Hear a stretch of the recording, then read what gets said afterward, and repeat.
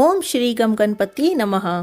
या देवी सर्वभूतेषु मां स्कंदमाता रूपेण संस्थिता नमस्तस्यै नमस्तस्यै नमस्तस्यै नमो नमः। नवरात्रि के 5वें दिन मां स्कंद माता की पूजा की जाती है। भगवान शिव और माता पार्वती के पुत्र कार्तिकेय को स्कंद के नाम से जाना जाता है। भगवान स्कंद को माता पार्वती ने प्रशिक्षित किया था। स्कंद माता हिमालय की पुत्री देवी पार्वती ही हैं। इन्हें माहेश्वरी और गौरी के नाम से भी जाना जाता है। पर्वतराज हिमालय की पुत्री होने के कारण इन्हें पार्वती नाम से भी जाना जाता है। पहाड़ों पर रहकर सांसारिक जीवों में नवचेतना का निर्माण करने वाली स्कंद माता। नवरात्रि में 5वें दिन देवी स्कंद माता की पूजा अर्चना की जाती है। कहा जाता है कि इनकी कृपा से मूढ़ भी ज्ञानी हो जाता है। स्कंद कुमार कार्तिकेय की माता के कारण इन्हें स्कंद माता नाम से अभिहित किया गया। इनके विग्रह में भगवान स्कंद बाल रूप में इनके गोद में विराजित हैं। इन देवी की 4 भुजाएं हैं। ये दाईं तरफ की ऊपर वाली भुजा से स्कंद को गोद में पकड़े हुए हैं। नीचे वाली भुजा में कमल का पुष्प है। बाईं तरफ ऊपर वाली भुजा वर मुद्रा में है और नीचे वाली भुजा में कमल पुष्प है। इनका वर्ण एकदम शुभ्र है। ये कमल के आसन पर विराजमान रहती हैं, इसीलिए इन्हें पद्मासना भी कहा जाता है। इनका वाहन सिंह भी है। माता स्कंद माता की उपासना से भक्तों की सारी इच्छाएं पूर्ण होती हैं और उन्हें मोक्ष प्राप्त होता है। सूर्यमंडल की अधिष्ठात्री देवी होने के कारण इनका उपासक अलौकिक तेज और कांतिमय हो जाता है। अतः मन को एकाग्र करके पवित्र मन से इन देवी की आराधना करनी चाहिए। इन देवी की आराधना करने वाले साधक और भक्तों को भवसागर पार करने में कोई कठिनाई नहीं आती। उनकी पूजा से मोक्ष का मार्ग सुलभ होता है। श्री दुर्गा सप्तशती 9वां अध्याय। 8वें अध्याय में हमने देवी के हाथों रक्त बीज नामक दैत्य के वध की कथा सुनी थी। 9वें अध्याय में हम महाप्राक्रमी शुंभ के भाई निशुंभ के वध की कथा सुनेंगे। राजा सुरथ ने कहा, हे ऋषिराज, आपने रक्त बीज के वध का संपूर्ण वृत्तांत मुझे सुनाया। अब मैं रक्त बीज के मरने के पश्चात क्रोध में भरे हुए शुंभ और निशुंभ ने जो कर्म किया वह भी सुनना चाहता हूँ। इस पर महर्षि मेधा ने कहा, रक्त बीज के मारे जाने पर शुंभ और निशुंभ को बड़ा क्रोध आया और अपनी बहुत बड़ी सेना का इस प्रकार विनाश होते देखकर निशुंभ देवी पर आक्रमण करने के लिए आगे बढ़ा। उसके साथ साथ बहुत बड़े बड़े असुर देवी को मारने के वास्ते दौड़े और महापराक्रमी शुंभ अपनी सेना सहित चंडिका को मारने के लिए आगे बढ़ा। फिर शुंभ और निशुंभ का देवी से घोर युद्ध होने लगा और वह दोनों असुर इस प्रकार देवी पर बाण फेंकने लगे जैसे कि मेघों की वर्षा हो रही हो। उन दोनों के चलाए हुए बाणों को देवी ने अपने बाणों से काट डाला और अपने शस्त्रों की वर्षा से उन दोनों दैत्यों को चोट पहुंचाई। निशुंभ ने तीक्ष्ण तलवार और चमकती हुई ढाल लेकर देवी के सिंह पर आक्रमण कर दिया। अपने वाहन को चोट पहुंची हुई देखकर देवी ने अपने शूर्पर नामक बाण से निशुंभ की तलवार और ढाल दोनों ही काट डाली। तलवार और ढाल के कट जाने पर निशुंभ ने देवी पर शक्ति से प्रहार किया। देवी ने अपने चक्र से उस शक्ति के भी 2 टुकड़े कर दिए।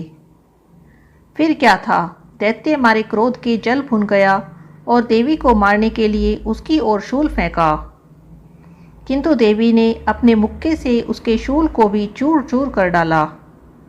फिर उसने देवी पर गदा से प्रहार किया तो देवी ने त्रिशूल से गदा को भी भस्म कर डाला। इसके पश्चात वह फरसा हाथ में लेकर देवी की ओर लपका। इस पर देवी ने अपने तीक्ष्ण बाणों से उसे धरती पर सुला दिया। अपने महापराक्रमी भाई निशुंभ को इस प्रकार से मरने पर शुंभ क्रोध में भरकर देवी को मारने के लिए दौड़ा।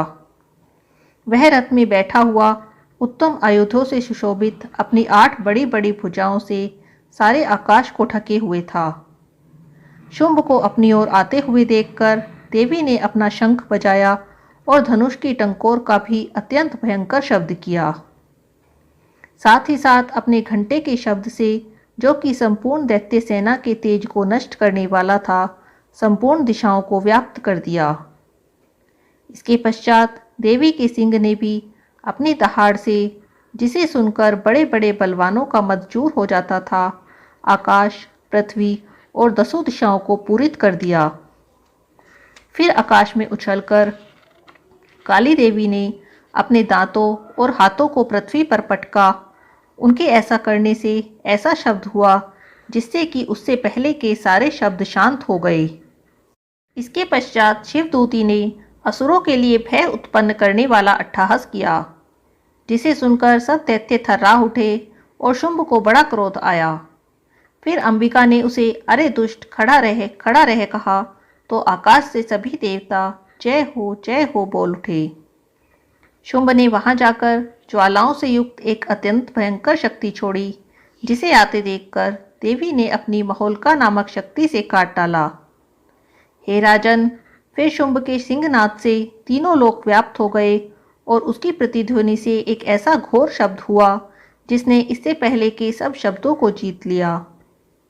शुंभ के छोड़े बाणों को देवी ने और देवी के छोड़े बाणों को शुंभ ने अपने बाणों से काट सैकड़ों और हजारों टुकड़ों में परिवर्तित कर दिया।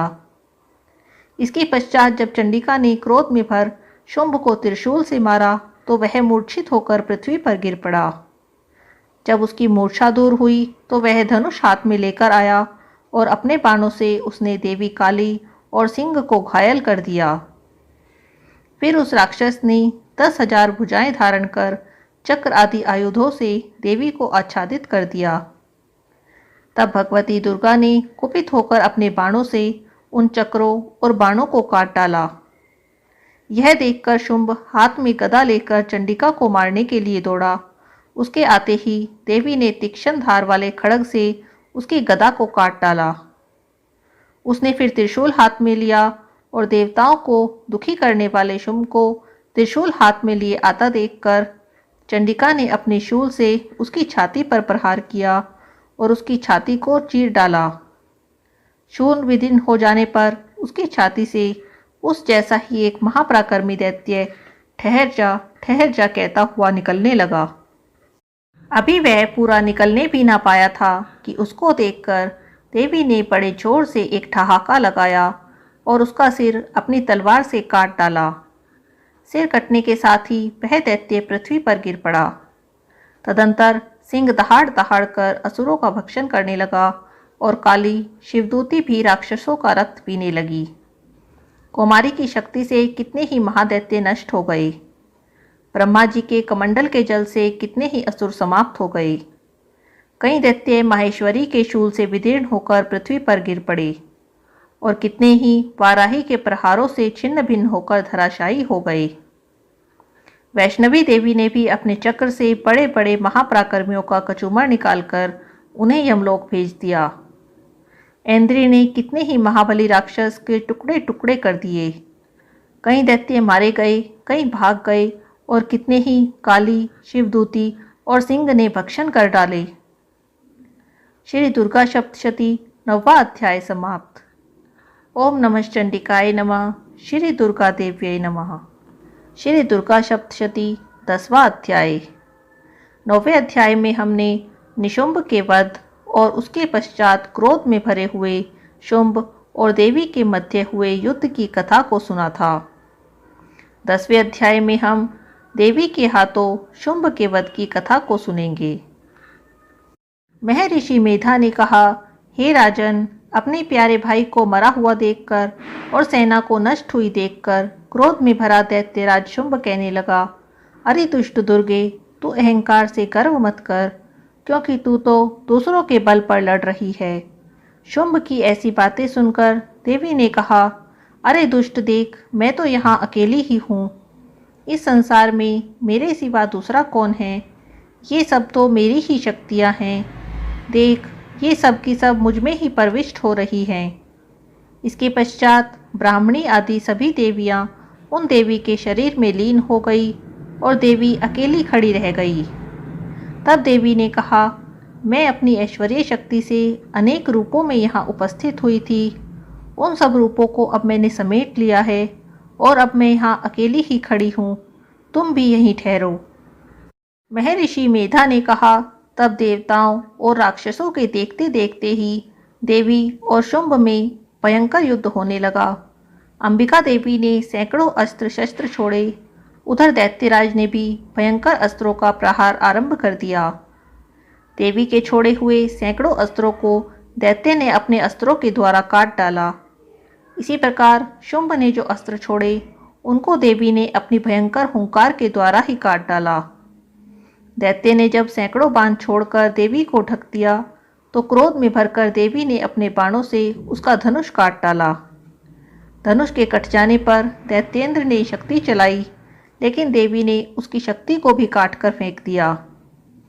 फिर दैत्येंद्र चमकती हुई ढाल लेकर देवी की ओर दौड़ा, किंतु जब वह देवी के समीप पहुंचा तो देवी ने अपने तीक्ष्ण बाणों से उसकी चमकने वाली ढाल को भी काट दिया। फिर दैत्येंद्र का घोड़ा मर गया, रथ टूट गया, सारथी मारा गया। तब वह भयंकर मुदगर लेकर देवी पर आक्रमण करने के लिए चला, किंतु देवी ने अपने तीक्ष्ण बाणों से उसके मुदगर को भी काट दिया। इस पर दैत्य ने क्रोध में भरकर देवी की छाती में बड़े जोर से एक मुक्का मारा। दैत्य ने जब देवी को मुक्का मारा तो देवी ने भी उसकी छाती में जोर से एक थप्पड़ मारा। थप्पड़ खाकर पहले तो दैत्य पृथ्वी पर गिर पड़ा, किंतु तुरंत ही वह उठ खड़ा हुआ और फिर वह देवी को पकड़कर आकाश की ओर उछला और वहां जाकर दोनों में युद्ध होने लगा। वह युद्ध ऋषियों और देवताओं को आश्चर्य में डालने वाला था। देवी आकाश में दैत्य के साथ बहुत देर तक युद्ध करती रही। फिर देवी ने उसे आकाश में घुमाकर पृथ्वी पर गिरा दिया। दुष्ट आत्मा दैत्य पुनः उठकर देवी को मारने के लिए दौड़ा। तब उसको अपनी ओर आता हुआ देखकर देवी ने उसकी छाती विदीर्ण करके उसको पृथ्वी पर बड़े जोर से पटक दिया। देवी के त्रिशूल से घायल होने पर उस दैत्य के प्राण पखेरु उड़ गए और उसके मरने पर समुद्र, द्वीप, पर्वत, पृथ्वी आदि सब कांपने लग गए। तदंतर उस दुष्ट आत्मा के मरने से संपूर्ण जगत प्रसन्न और स्वस्थ हो गया और आकाश निर्मल हो गया। पहले जो उत्पात सूचक मेघ और उल्कापात होते थे वह सब शांत हो गए। उसके मारे जाने पर नदियां अपने ठीक मार्ग से बहने लगी। संपूर्ण देवताओं का हृदय हर्ष से भर गया और गंधर्वनियां सुंदर गान करने लगी। गंधर्व बाजे बजाने लगे और अप्सराएं नाचने लगी। पवित्र वायु बहने लगी। सूर्य की कांति स्वच्छ हो गई। यज्ञशालाओं की बुझी हुई अग्नि अपने आप प्रज्वलित हो उठी तथा चारों दिशाओं में शांति फैल गई। श्री दुर्गा सप्तशती 10वां अध्याय समाप्त। ओम नमः चंडिकाय नमः। श्री दुर्गा देव्यै नमः।